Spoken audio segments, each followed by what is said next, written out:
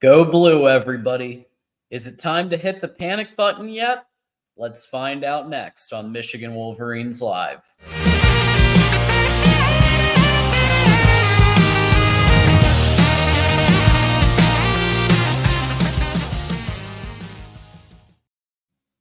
And welcome to Michigan Wolverines Live, episode 132. Our State of the Program episode today is Tuesday, February 6th, 2024. Because if it's Tuesday night, it's Michigan Wolverines Live, as we know. A couple of quick asks as we get rolling here. Please go ahead and like, subscribe, and share this link out to everybody you know. Social media, Discord chats, I don't care. Send the YouTube link out. Let people know, if they're Michigan fans, that this is live.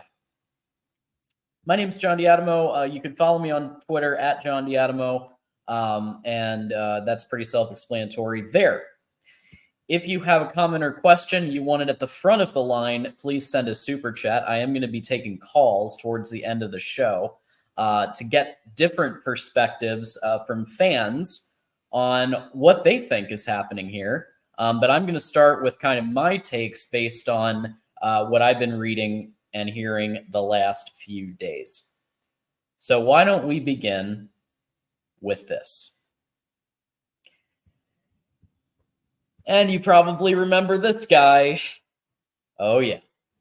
As we've said on the Michigan Wolverines Live program on quite a few occasions, Ward Manuel is a problem. So there's a saying here that you lie in the bed of the decisions that you make.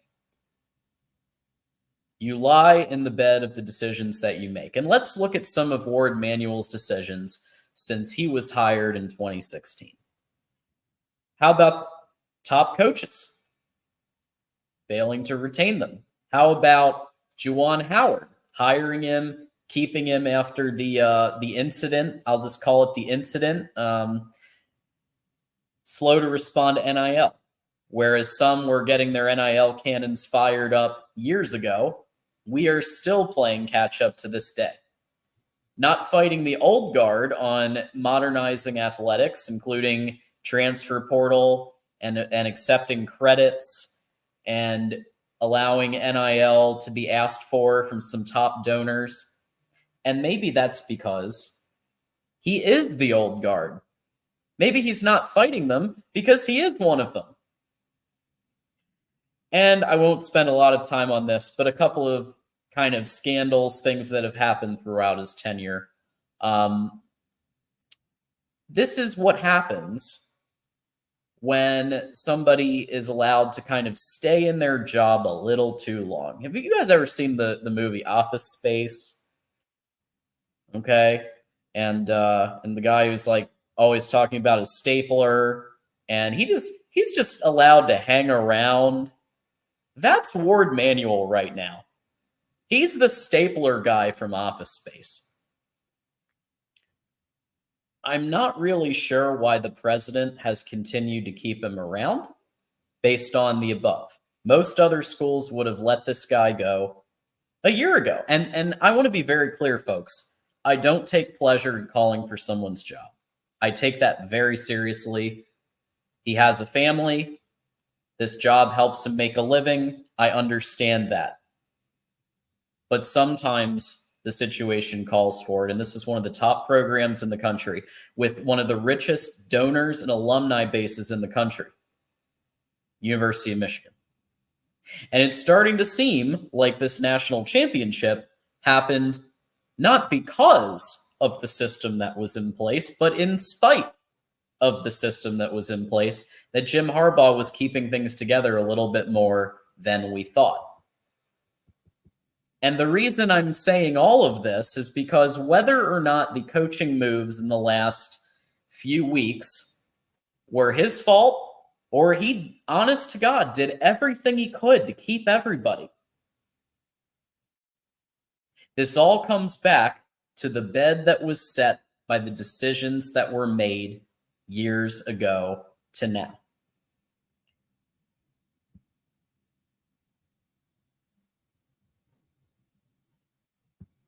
So a lot of people in chat are asking, what do you think about Harbaugh now?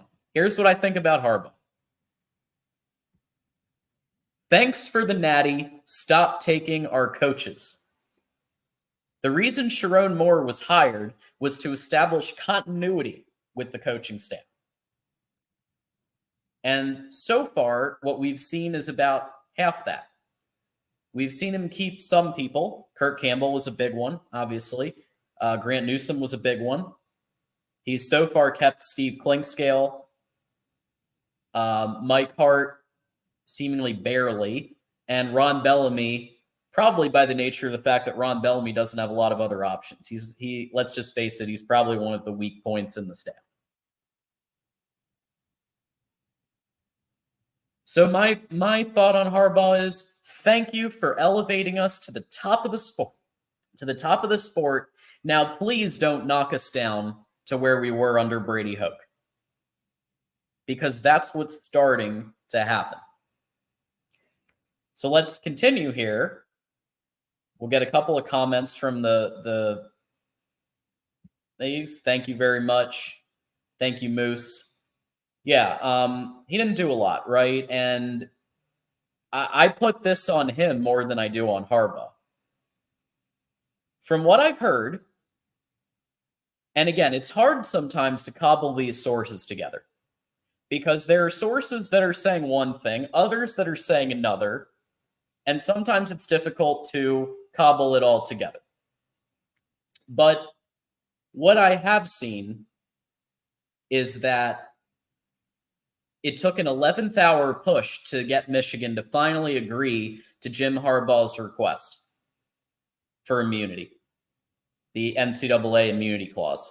They finally agreed, but it was too late. I heard that not just from one source, but a couple that I trust that have been accurate about other things. And if that's the case, then that helped create all of this. But even if we take them at their word that they tried everything, to keep Jim Harbaugh, I think that the headwinds that were created years ago and that Jim Harbaugh has had to deal with from the NCAA, from Ward Manuel himself, from the regents, from everything else, was all part of what's happening now. So are we happy with the natty? Of course we are. We won the first national championship in almost 30 years and the first undisputed consensus national championship in 80 years. That's great. It's amazing, in fact. And it's even more amazing if everything I'm hearing is true, that the system really didn't do much to help. If anything, this happened in spite. So let's go to why I've set the stage like this and why we're discussing all of this today.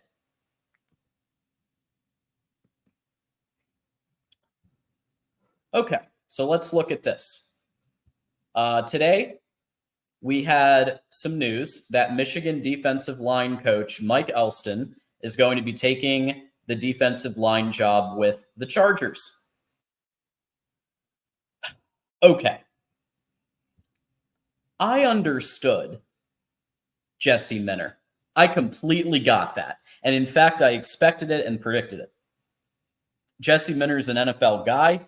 I only thought he'd be here a year or two. Anyway. I also expected Jay Harbaugh to either go with him or go to the NFL in some capacity, and Mike McDonald is hiring him for his staff at the Seahawks. What I didn't expect was Ben Herbert. Ben Herbert, a strength and conditioning coach, he can make way more impact in college than he can at the NFL. The NFL, these players, especially the players at the top end, they have their own personal trainers. Remember Tom Brady and TB12? He had his own training staff. Ben Herbert can make way more impact and make a lot of money at Michigan.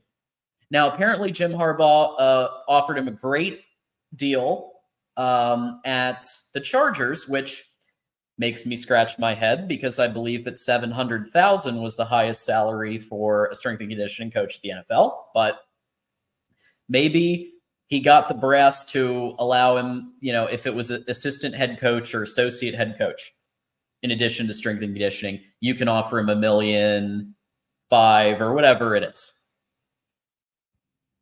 But despite that, I was pretty surprised. And then let's go to ELSTON. Good defensive line coaches in the NFL are a dime a dozen. You can find a good defensive line coach that isn't Mike ELSTON, and yet Harbaugh took him anyway. Why? It's starting to feel, and you can say what you want, it's starting to feel a little vindictive now.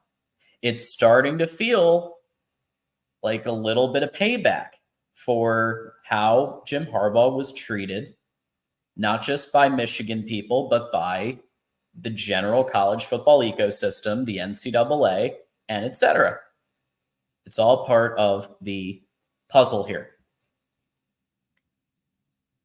We got a recruit tweet this is from 2 hours ago. Gonna have to change that crystal ball. So because Mike ELSTON has been pulled, Jalen Williams is considering changing.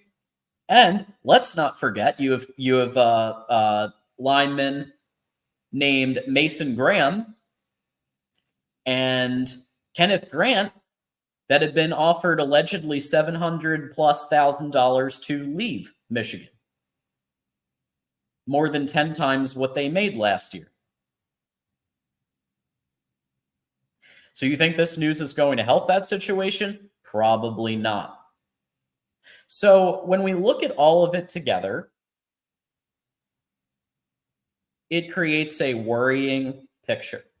However, I'm here to now bring the positivity. I warned everybody in my tweets this wasn't going to be a puppies and rainbows show. However, it's not all bad. You may ask, well, you're ranting here. What's your solution? We like solutions, not just complaining. Okay, I will give you solutions. Here we go. We do still have Steve Klingscale. Hire him tomorrow. Hire Steve Klingscale tomorrow at DC and let him build a staff. Unless you can get one of these guys tomorrow or in the next 2 to 3 days. We have heard that Wink Martindale, formerly at the Ravens, the Giants, is being discussed as defensive coordinator for Michigan. This has pros and cons. Wink Martindale hasn't coached college since Western Kentucky like 20 years ago. Okay? Which means he's a little dusty in recruiting.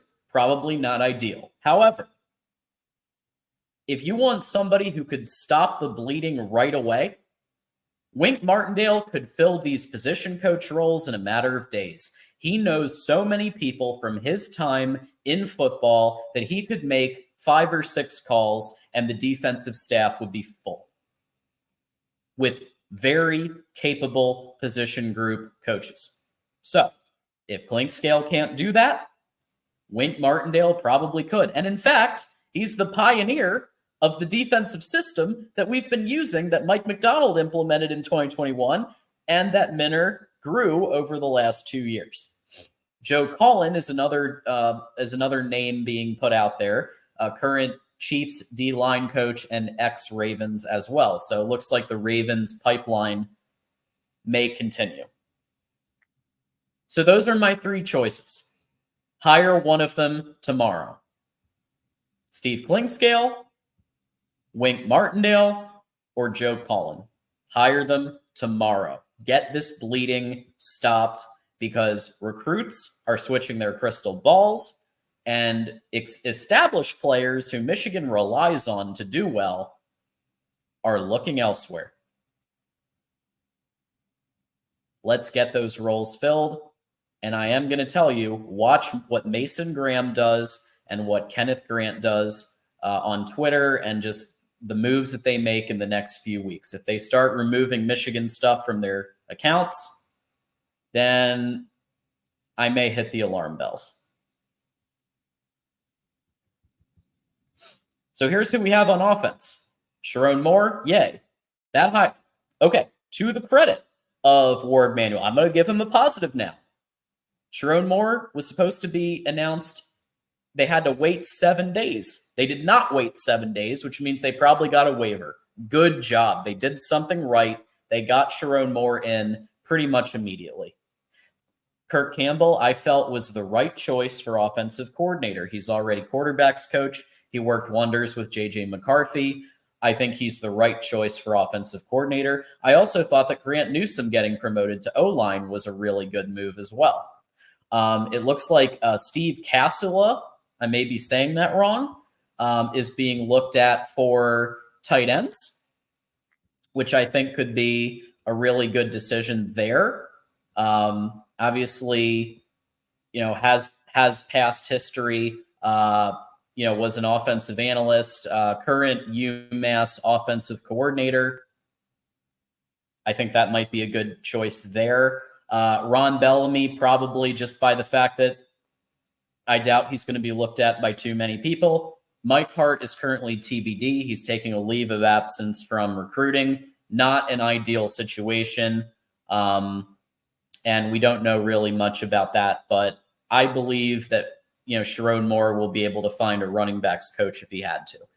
But I don't think he's going to be as lucky with the defense. Currently, there's one guy, Steve Klingscale. That's it.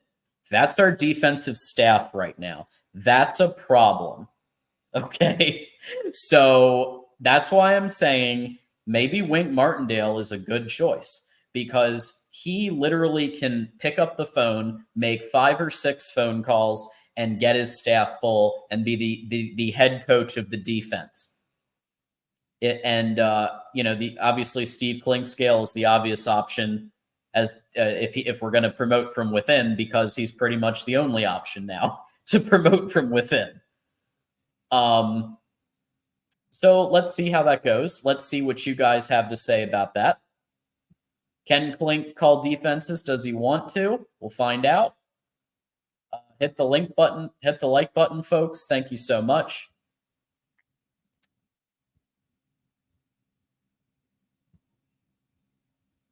I understand, blank name. There's pros and cons to each of these choices. But Wink Martindale can fill a staff. And right now, we don't got no staff. So maybe that's a consideration. However, I agree with you.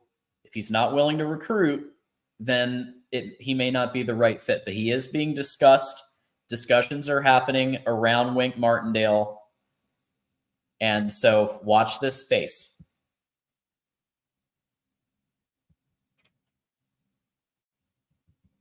And like I said, there are positives here. Sharon Moore was named as the head coach ahead of the 7-day rule that was in place for Michigan State law. Kirk Campbell, I thought, was a good decision at OC. I think Grant Newsome is a great decision at O-line coach. And Justin Tress being promoted to strength and conditioning, I think, was the right move, given that he is the right hand to Ben Herbert. I didn't mention the nutritionist, but they kept the same nutritionist. And believe it or not, nutrition is a really big freaking deal. And Michigan's has been on point for the last few years. So here's my final thought on the subject. I'm not ready to ring the alarms yet. Despite everything I just said about the institutional problems, despite everything I just said about the headwinds, I believe in Sharon Moore. I think he's going to make the right hires at the right time. He just needs to move quickly. Whether it's Steve Klingscale, Wink Martindale, or someone else, let's get it done. So I'm not quite ready to ring the alarms yet. We've gotten some decent recruiting going. And so I just think, like, let's give it a couple more days. Let's see who they pick as defensive coordinator. I mean, keep in mind, Kirk Ferentz, I think he finally named his OC today after almost 4 months. So Kirk Ferentz took almost 4 months. Sharon Moore just got hired like a week ago, practically. So he has been moving, compared to Kirk, he's been moving pretty quick on some of what he's been able to do so far. So let's see how it goes. Before we take calls, we're going to take maybe maybe 2 or 3 calls here. I'm going to go ahead and put the link in the chat. Dumbass let ELSTON go. Well, maybe there is the school of thought that ELSTON wanted to go. One of the things that is being discussed is that Jim Harbaugh has used the fact that you don't have to recruit. And there are other things that college coaches have to do that NFL coaches don't. So there are some advantages to NFL. As Mark Rogers has said this himself on a couple of shows recently, that he'd rather be an NFL coach because of some of the things that you don't have to worry about. People's parents, donors, glad handing, all of these types of things. So it may have been a decision that ELSTON came to separately. But apparently, this is just the latest in a few of these types of things. So, yeah, I mean, to be fair, Iowa did go 10 wins with only defense. So, something to be said for that. Now we're getting the final thoughts from everybody in chat. We will be okay. All the way to what Moose said, which I'm not going to put on the screen, but let's just say it was the opposite to this. There's a good one. My hand is on the alarm. Okay.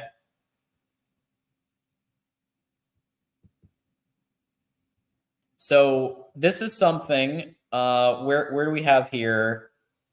There's one comment I wanted to point out. Okay. It does not feel like Sharon Moore is being set up for success. Logan, I think you have a point there.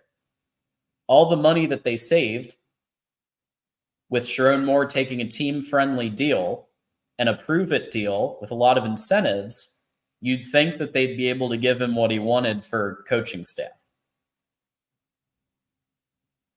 I have conflicting reports on ELSTON that they did offer him a lot of money, but he wanted to move to the NFL anyway. But I think, on the whole, in general, the system of Michigan is not set up to support a coach. Because of and look, I'm a bit, I went to Michigan. The fact that they're big on athletics or big on academics and building buildings and all of that stuff, that's great. I love it. But you know what? There's also the side of athletics and all of the money and the kind of whole thread that's missing there that other programs have shifted in the last few years to become an elite program, win titles, not just one title and then drop off for 20 years, but multiple titles. They actually had to make wholesale shifts in the university. And that seems like it's still on the fence if that's going to happen. So with that said, Stan, the offensive coaching hires are the bare minimum here. I don't consider them positives. I'm actually going to disagree with you there. I think Kirk Campbell is the right decision for offensive coordinator. He's called plays before. He was the quarterback's coach. I think he did a fantastic job with JJ. The game that he called last year, I thought it was a well-called game, but without, making too many risks happen. I like the hire of Kirk Campbell. And I like the other hires on offense too. I am concerned with the defense. That's my concern right now. Yeah. Yeah. Moose, who has told it to you straight, Campbell was the right choice. And he doesn't mince words if he doesn't think it's the right choice. You'll hear from Moose if he doesn't think something's the right choice. So there you go. And PK, you have a point as well. The same Ward Manuel that didn't fire Harbaugh when all you guys demanded Michigan fire him. And guess what? I was one of them. I didn't think Harbaugh could do it. I didn't think he could change the culture, fire a bunch of people, put his ego in check, take a 50% pay cut. But had I known he'd be willing to do all those things, I wouldn't have demanded that Michigan fire him. I just didn't think he was capable of taking those actions to make that wholesale change in the program. Had I known that he was, forget the titles, forget everything else. I'm just saying, had I known that he could do that, then I wouldn't have said fire him. Okay? All right. So we've got a caller, and this is a caller that calls, a couple of our shows, including the Ocho. We've got in the house Jackson Johnson. Hey, Jackson, thanks for coming by Michigan Wolverines Live. Oh, it's an honor to be on here, Johnny. It's great to see you, man. How are things going in Wolverine Nation tonight? Well, I think you heard some of the building blocks here of the show. It's a little shaky here, Double J. Well, I know you said a little while ago that you compared the situation to Office Space. I'll be honest, maybe the Bobs need to come over to Ann Arbor to fix this situation. There it is. Well, there's supposed to be a consultant for NIL, so they did hire a Bob for the NIL program. They're bringing in consultants, just like Office Space, which I think is interesting. But maybe they need to do that. Yeah, maybe they need to do that with the entire athletic department. What would you say you do here, and then really get them to answer that? I would fix the situation as soon as possible. I mean, I'm making sure I'm getting a new DC that can recruit as much as possible. He better like recruiting, because if he doesn't, can't get him. Jackson, you studied the NFL. So Wink Martindale, former defensive coordinator at the Ravens, the Giants, is being discussed. If they decide to go externally, they don't just hire Steve Klinkscale, but they go externally, that Wink Martindale could be an option. I kind of explored the pros and cons of that. Pros, for those of you just joining us, thank you. For those of you just joining us, the pros I outlined were he's an experienced play caller, and he can fill a staff real quick. He can make 5 or 6 phone calls and get your defensive staff hired for you like that. He knows that many people that could fill those position groups. The flip side of the coin, though, is recruiting. He hasn't been in college in 20 years. That's a problem. He hadn't been in college since before YouTube, the dark ages. Yeah. So, but he is the pioneer of the system that Michigan has now, that Mike McDonald implemented, that Jesse Minner continued, and he would continue that system. So it's kind of, do his strengths outweigh his weaknesses? That's a good one. I don't know, but I guess we'll wait and see. But if I got to choose between the two, I like Joe Cullen, because, I mean, he's from the Chiefs. Andy Reid assistant coaches know how to win wherever they go.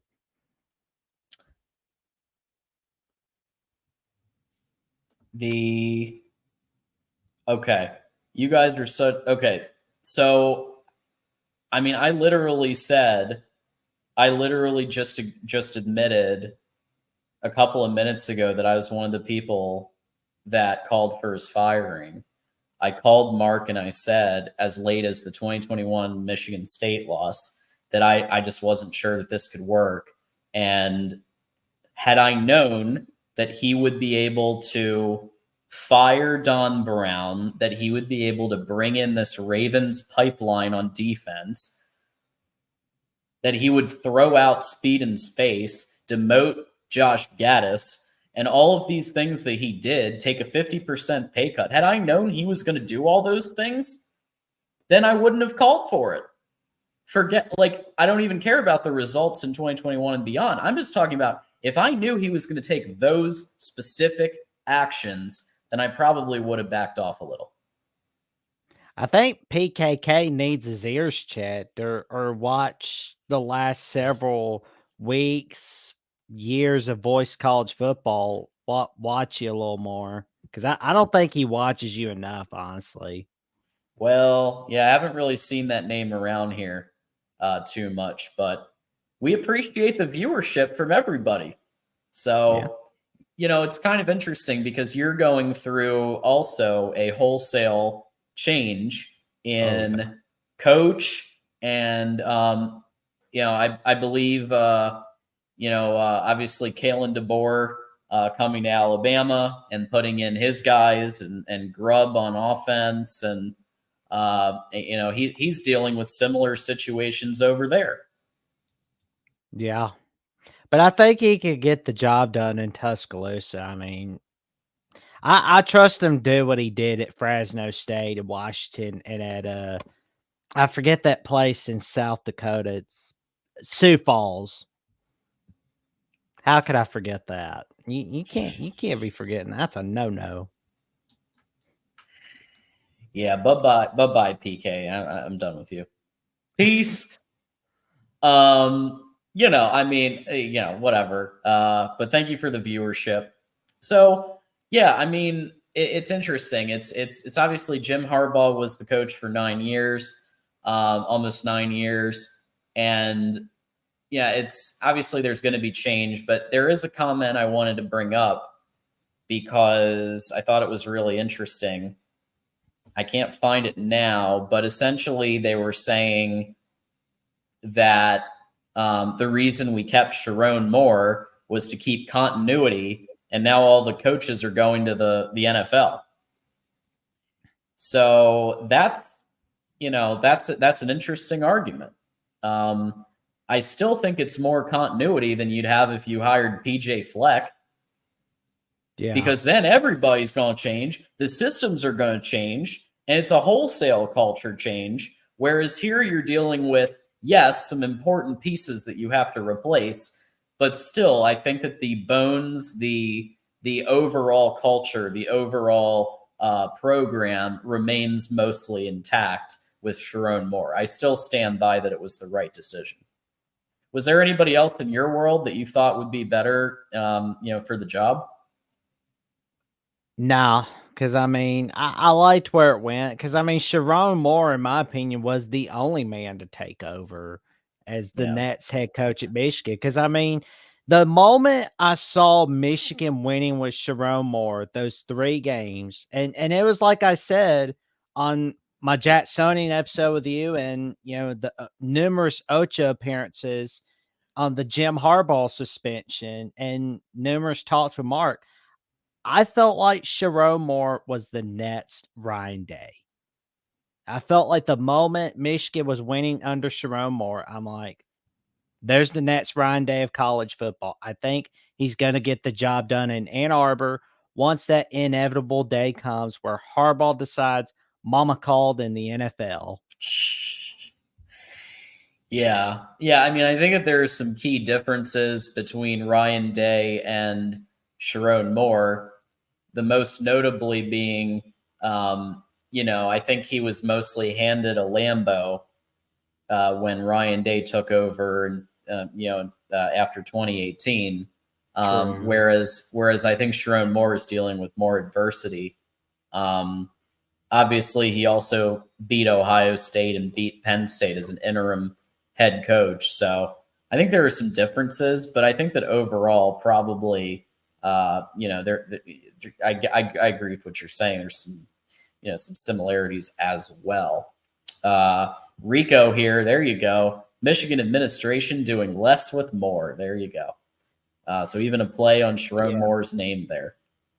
Well, and I'll be honest, I think there's a 10-year war. There's a Hollywood reboot of a 10-year war coming between Michigan and Ohio State with Sharon Moore and Ryan Day. Yeah, those two are gonna have some epic battles, I think.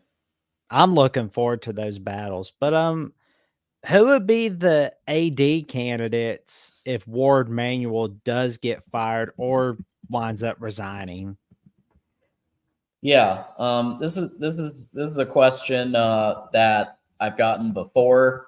I've really liked what Beth Getz and Jen Cohen have been doing. I think we'd have the money to try to pull them away if possible, but if they couldn't do it, then the guy who was interim athletic director before Ward Manuel might be an option. The name escapes me right this second, but he was the one who hired Jim Harbaugh in the first place.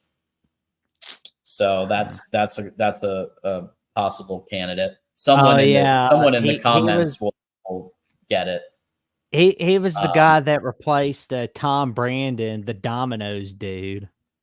Yeah, Dave Brandon was. If they now I forgot. I understand. I mean, for all of Ward's faults, Dave Brandon, oh boy, he was another winner. There you go. I knew somebody would come in with the clutch, and the name was was spinning in my head. I just couldn't quite pull it out. Jim Hackett, now retired, but would he be willing to do a 1 year or a 2 year? Save the Michigan athletics department, give him a bunch of money, and help get things right?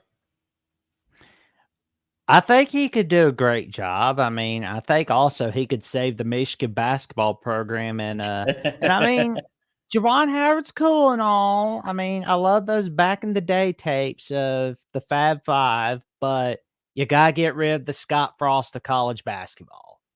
Yeah, and Phil Martelli. And again, I'm not much of a basketball guy, but it seemed like Phil Martelli was doing all right when he was running things.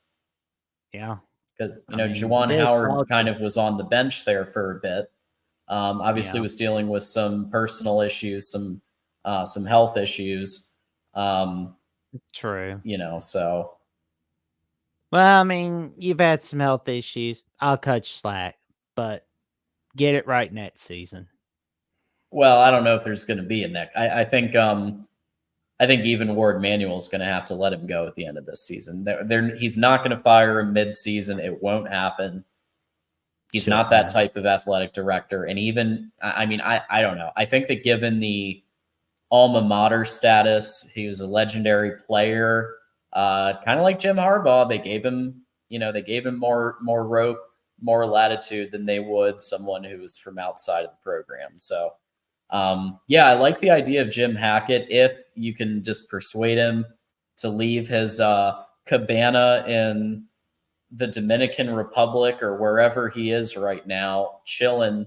Just let him, for a year or two, throw a crap load of money at him, and say, help us fix it and get somebody in there. Jim Hackett got me Jim Harbaugh and then brought back Bronco, which is my current drive. Win-win for me. So there you have it. Get off the pina colada for a sec, Hackett, and you got to bring back Michigan to their good old days. I wonder, was he the one who made the decision to take over the Detroit train station, the abandoned station, and revitalize it? Because that was pretty cool. Because they took the abandoned train station in Detroit and they basically made it their campus. So I thought that was pretty cool that they did that. That is pretty cool. I mean, I didn't know that till now. Nice. Yeah, I don't know if that was his decision or the person who came after, but I thought that was, I like when things like that happen. GLB, if Moore is smart enough to keep Jim and John Harbaugh close, using Michigan as a farm-up club for up-and-coming NFL coaches, everything will be fine. Well, keep in mind, Jim Harbaugh claims that Chargers are officially Michigan West. So if that logic stays, then there probably would be a pipeline between the two. Maybe somebody who's a linebackers coach or a position coach at the Chargers. They get experience doing that. Then they come over and they take a larger role on Michigan's staff, and vice versa. Maybe you start a pipeline just like the Ravens the last couple of years. That's possible. I like what Moose has to say, where Manuel's more worried about the cheeseburgers than the well-being, and he's looking more like he's not looking very healthy. I can tell you that. I think he needs to take better care of himself. The last 365 days, we have talked more about cheeseburgers on this show than I think anyone could have possibly imagined. And I like cheeseburgers, but damn. We really have, we really kind of run the gamut on that. Yes. And the Brown Jug is where it happened, and they have a great cheeseburger. They do. That was a good decision. Oh man, I don't think it's where I'm at, is it? At the Brown Jug's in Ann Arbor. I was afraid so, because I'll have to make a stop there if I ever go to Ann Arbor. You should. It's a pretty good. I mean, I like it. I like it there. I hope they got some allergen-free stuff, but before then, I'll have to take my Insulays, then eat some of the awesome stuff. And speaking of establishments, and speaking of things that you could do at the Voice of College Football, if you have a business, a product, a service, or a personal brand, you can benefit from sponsorships at the Voice of College Football. Maybe the Brown Jug wants to sponsor. Who knows? We could figure that out. So contact MarkRogersTV@gmail.com or DM me if you have an idea of how Voice of College Football or the Michigan channel can benefit you and your brand. There we go. Absolutely. We also, I think we posted about the merch store. So we have a whole bunch of tremendous products that you can check out, not just for Voice of College Football main site, but Voice of College Football Michigan channel as well. So check that out. Go ahead and get you some merch, including Rose Bowl, classic tees, pint glass. You got a hoodie. You got a pet bowl, a flag, a mug. You got quite a bit of Michigan gear here, Jackson. That looks like some wonderful stuff that everybody here can get for their special sweetheart on Valentine's Day next Wednesday. Absolutely. Sorry for the Rose Bowl reminder there on the. Nah, that's okay. I mean, you earned it. I mean, you won it, man. I will say that this is that was maybe one of the all-time games that Michigan has played in, and I love the fact that that's Jackson. That's the type of game, like ESPN Instant Classic. Michigan's almost always on the losing end of it, so the fact that Michigan actually was on the winning end of it for a change felt pretty good. Not gonna lie on that. I mean, that game time drive was part of that fantastic finish. I mean, that was a great one. I mean, even though as a Bama fan, I hated it, but as a college football fan, I knew deep down that something good was about to happen right there. Because, I mean, like, when I was watching it, I was like, I don't think we're going to see Michigan win the big game, are we? But then 4th and 2, I was like, you know what? They had us in the first half, and, well, they had us for a while. They had us in the first half, not going to lie. So Mike G is recommending that you check out Ann Arbor, and I agree. It's a great place to swing by for a couple of days. I'm gonna do my best, especially when it gets to football season. I don't know if I'll be able to go there sometime in the upcoming football season, but I'll do my best to travel to all the locations. Let's see. Sorry I said you suck, but you're making the same. Now, I will say this. In PK's credit, they apologized. And that is something that almost never happens when someone gets called out. They usually double down. And so I want everybody to give PK some credit for doing that, because that's awesome. And I understand the logic. Nobody can tell the future. No, Jim Harbaugh said this. No man can predict the future, right? People get passed over and leave, full stop. I don't think, though, now that we have the examples and body of mistakes that Ward Manuel's made, I mean, I said back in, March, April, to let him go. And, these are the reasons why. Failing to retain top coaches, whether you look at our basketball coach, our baseball coach, Coach Hutchins, softball, and of course, Jim Harbaugh. You really couldn't retain any of those? Any of them? No. That's not Michigan good. is one of the richest. I mean, we're talking $20 billion with a B endowment. And you couldn't keep any of them? Any? Juwan Howard, okay. I didn't hate the hire. He was being looked at by the NBA. He was being looked at, but I think that after the altercation, that probably would have been it for me. Slow to respond to NIL, in my opinion, this was one of the worst ones. Like, Michigan is so rich. Michigan's alumni network is one of the richest and largest and most expansive in the world. And not just in the country, in the world.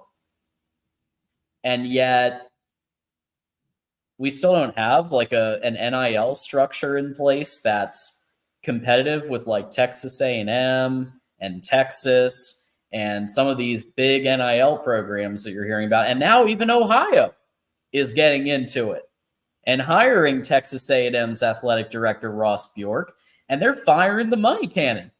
Jackson, they are firing the money cannon. That's not good.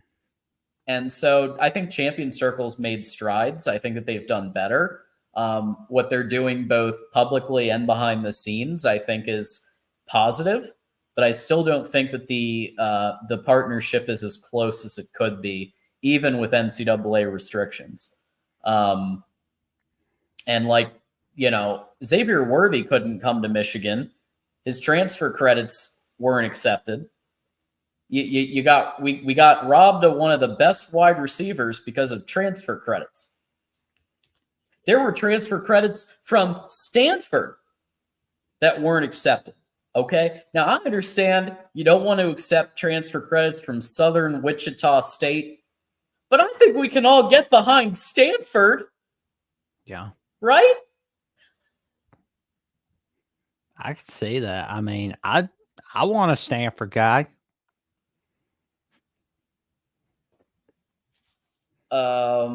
Michigan administration is trash. Don't come over here. Wait, who's being false BS positive? Because I literally opened the show saying this isn't going to be a positive puppies and rainbows show. This is going to be a rant show.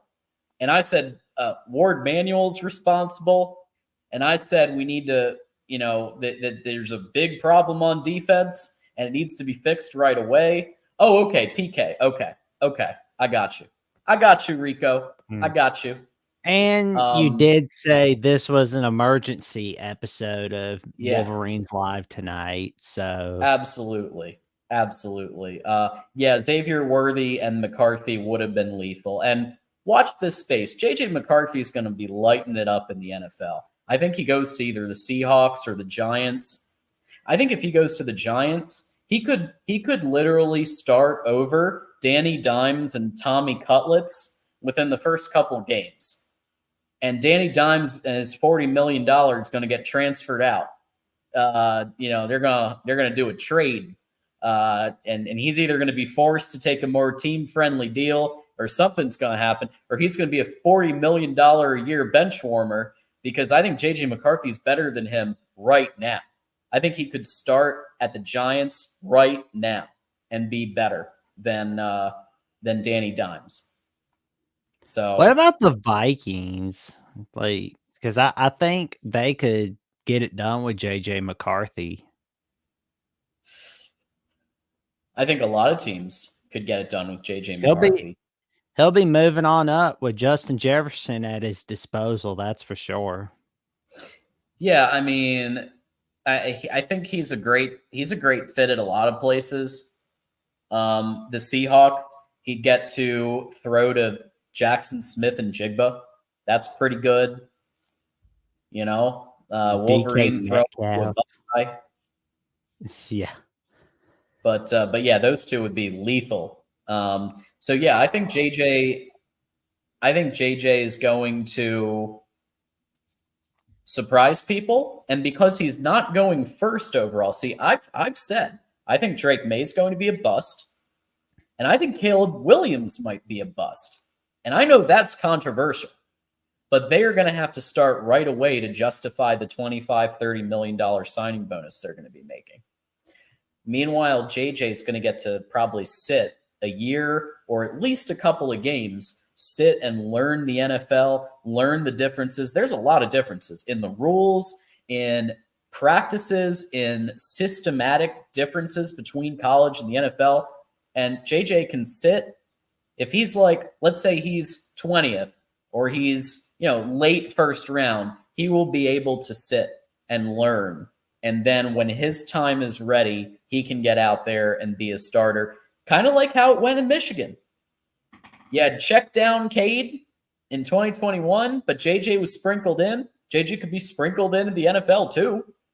And then check down Cade lost his job after the first game. He threw a couple of picks against a team called the Hawaii Rainbow Warriors. And JJ McCarthy became the starting quarterback from then on. And so maybe the same thing or similar thing happens at an NFL team where, maybe he sits under Danny Dimes, then Danny Dimes lays an egg, and then they move off him after the 2024 season. Oh, Danny Dimes got overpaid big time. I mean, they got impressed with that one good year they had in 2022, only because DeBall became the head coach. Yeah, that was a good. Yeah, I think he was a big piece of that.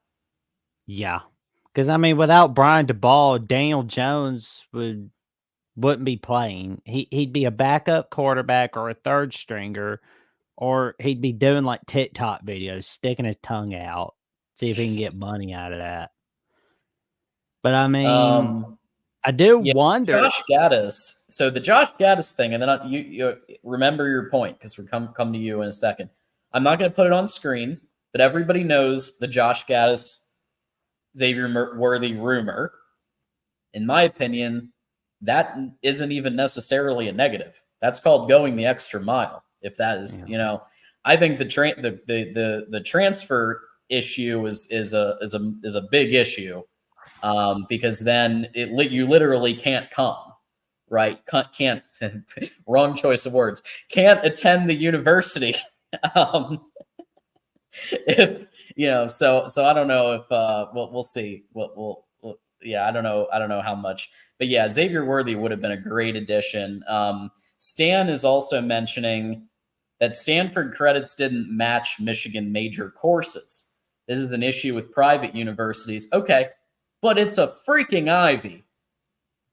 I mean, like, you're not going to take the credits and just transfer them over in some other way, shape, or form tangentially from an Ivy League. I don't know.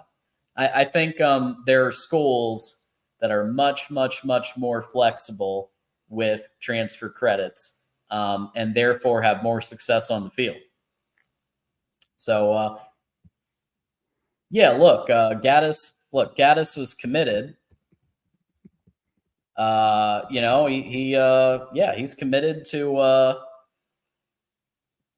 that. Yeah. So it's essentially, so Stanford is essentially considered the Harvard of the West. So while it may not be an official Ivy, I would argue it's comparable to the Ivies. I would argue that. Well, a little while ago, you talked about Caleb Williams is going to be a bust, in your opinion.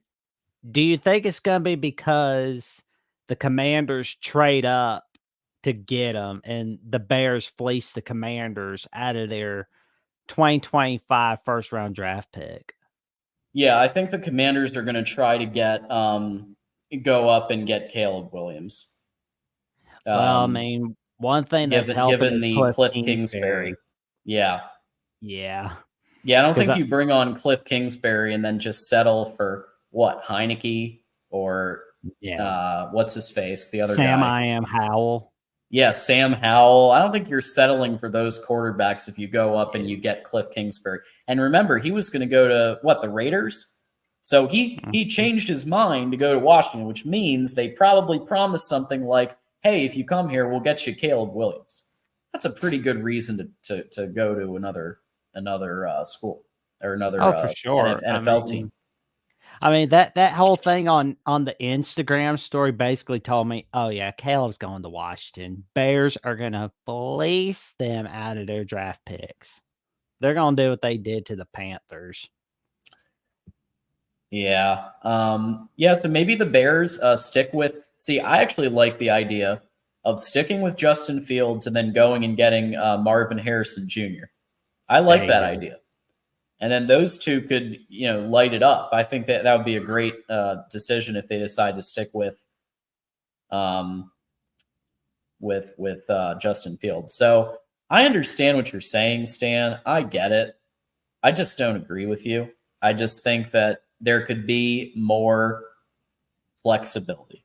That's all. And I am sure I would be willing to bet that. And I understand that Alabama, Georgia, the absolute top of the top in the elite football programs, I understand that the athletics of those schools is different from Michigan. I understand that. But they have more flexibility, and therefore they get results. And maybe we look at flexibility a little bit, especially for a basically Ivy, Stanford, Ivy of the West, whatever you want to call it. Okay, maybe not an official Ivy, but it's right up there. Well, I will say, though, it's going to be interesting to see signing day tomorrow. What are you looking forward to on signing day tomorrow, especially from the Michigan perspective? Oh, man. Yeah. I know Moose sent me something about Andrew Sprague. Dude's a beast. Andrew Sprague, he is a beast. I mean, right now I'd like to just get our defensive situation in a row, and then I'll focus on the recruiting. Like once we get either Steve Klinkscale or Wink Martindale or Joe Cullen hired, then recruiting I'll be a little bit more locked in. But yeah, Sprague is going to hurt people. I mean, he's a really, really good player for sure. So he'll chew up like a chicken nugget from what I've seen of him. We do, of course, want to congratulate the Ohio State University on winning the 2024 off-season national championship. So congratulations to Stephen Cherry and to all the Buckeyes in here. You won the off-season championship. Congratulations. Still got to play the game. And Ohio State won the last 3 off-season national championships too. And then, the game happened. And things didn't winning go so the off-season doesn't mean anything to me personally. It's yeah, because you've won like 7 national titles in the last couple of years. Well, true. You got me there. But I mean, even if I didn't pull for Bama, I'd still be like, off-season doesn't matter to me. I mean, you still got to win in the regular season.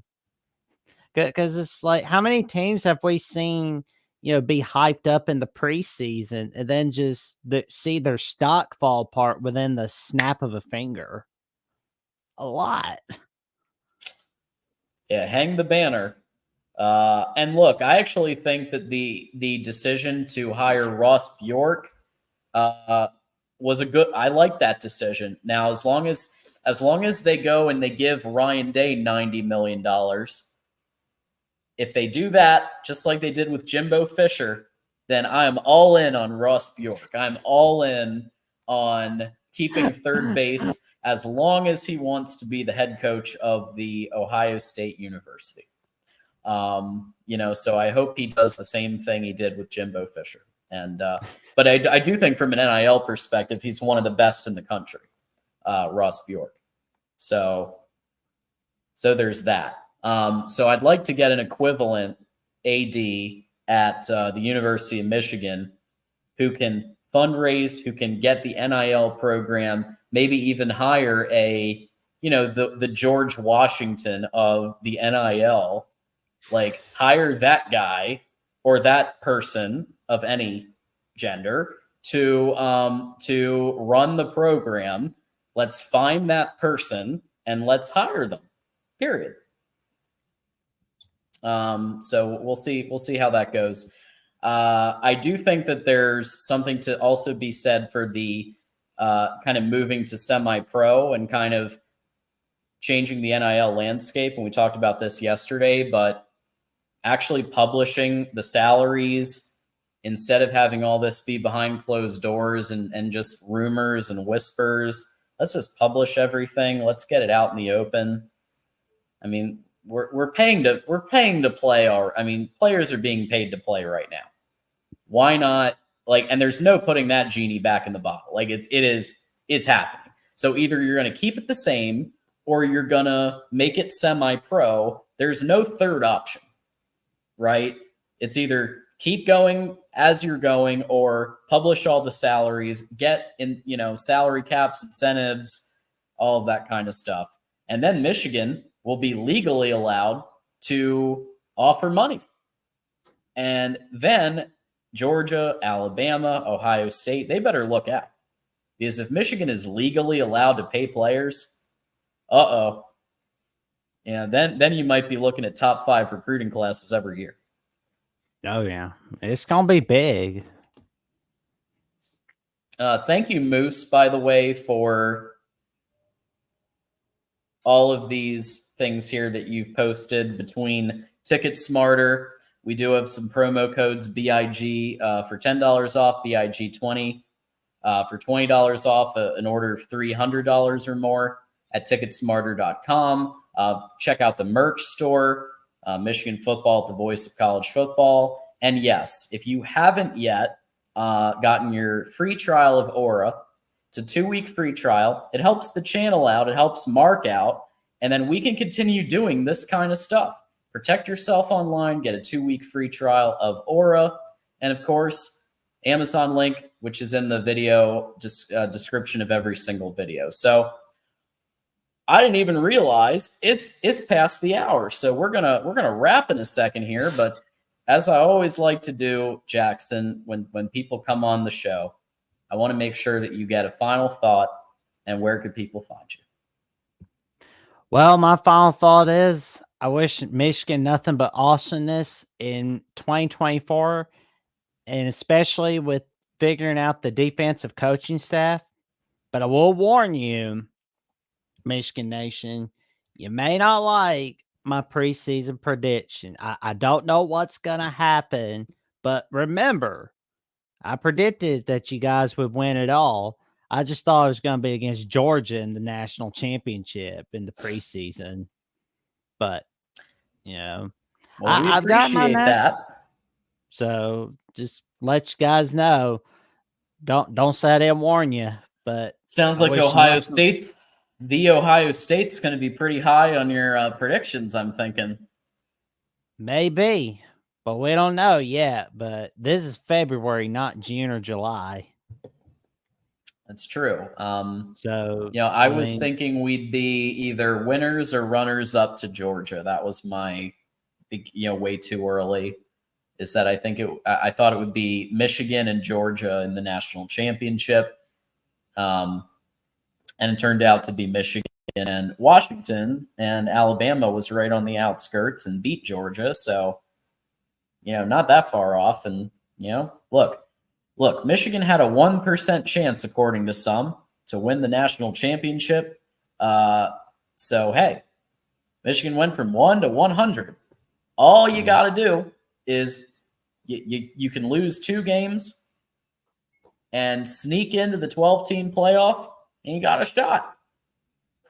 Yeah. I mean, it's going to be interesting to see what happens, but with the 12-team playoff coming our way, I think we can still see Michigan in the 12-team playoff, but the schedule is tougher than it was last year. That I do know. But I'm glad to see the Michigan Texas game is on there, but I still want to see Michigan and Notre Dame bring back that rivalry. I mean, I think NBC is the key to making that happening. But you can find me on Twitter at Jackson099Sis0335 and on Instagram threads at JacksonJohnson543908, where I have my announcements of my latest Jacksonian episodes and where I'm telling everybody to check this show or that show out.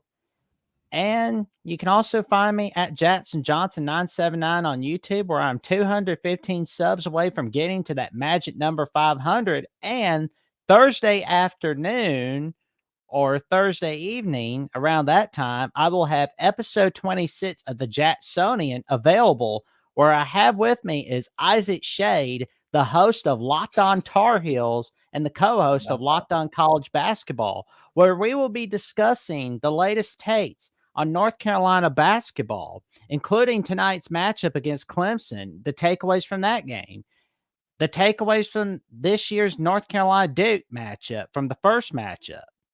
Can Hubert Davis lead North Carolina to a national championship? Is Matt Brown in his last legs in his coaching career at North Carolina?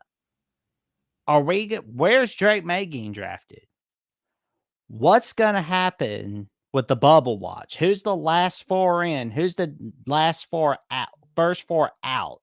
Who gets the last 4 buys? Stay tuned for the release on YouTube and on Twitch. It's going to be Jackson, a wild ride, ladies and gentlemen. A wild ride, so buckle up. Thank you so much for being on Michigan Wolverines Live, Jackson. Have a great night, man. Oh, it's an honor, man. Stay safe and stay warm. Well, who am I kidding? You're staying safe and warm because it's Florida, man. There you have it. There you have it. All right. Thanks, Jackson, for being on. Thank you for having me on, man. All right. We do have Go Blue there. And, we even had Notre Dame enthusiast Michael Campbell in the house with all caps and multiple Irish shamrocks here. Notre Dame is going shopping in Ann Arbor. Thanks, Jim Harbaugh, and a lot of other things there. A lot to unpack. Michael Campbell, always representing his team on every show, whether it's Notre Dame or a different show. And we appreciate that. Look, I'm not somebody who's like, you have to stick to your fan base of shows. I like the fact that we have a Michigan fan base that goes and supports USC, and they go and they support all the shows that we do on the Voice of College Football Network. I think that's great. And not only that, but they don't just talk about Michigan, they talk about the topic that's being discussed. So thank you to everybody here who not only supports this show, but supports all the shows in the Voice of College Football Network, including what's coming up next. Coming up next, we've got Oregon Ducks Live at 10:15 p.m. Eastern with Exploring with Ben and a cast of characters that you could go and check out. So I'm going to post the link, and they're going to be talking about the Oregon's Big Ten ranking debate. Where does Oregon rank in the Big 10. So this is the link right here. I'm posting it right now. Go ahead and head over there, support them. Also, make sure you like this video. It's free. Michael Campbell, ED Joe, and all the people who joined us, please make sure you all hit that like button. It's free. It takes 2 seconds, and we appreciate that. And thank you for saying fantastic show. Occasionally we do a show without a guest. We do a rant show, and we kind of needed to have a state of the program speech / rant today. And we appreciate that people did appreciate it anyway. And we actually had some decent viewership today, and we love the decent viewership. Bros dressed like the South. Oh, yeah. Well, I don't like to comment on people's appearance, so I'll leave that one where it is. So go ahead and head over to the Oregon Ducks live show at 10:15 p.m. Eastern. Thank you, Keith. Thank you, everybody, for coming by. Even Dallas giving us a fight on. So a go blue and a fight on over here. And we thank everybody for being part of all of our shows. And so until the next time, my name is John Diadamo saying, go blue. Join me in an hour for Oregon Ducks Live. See you next time.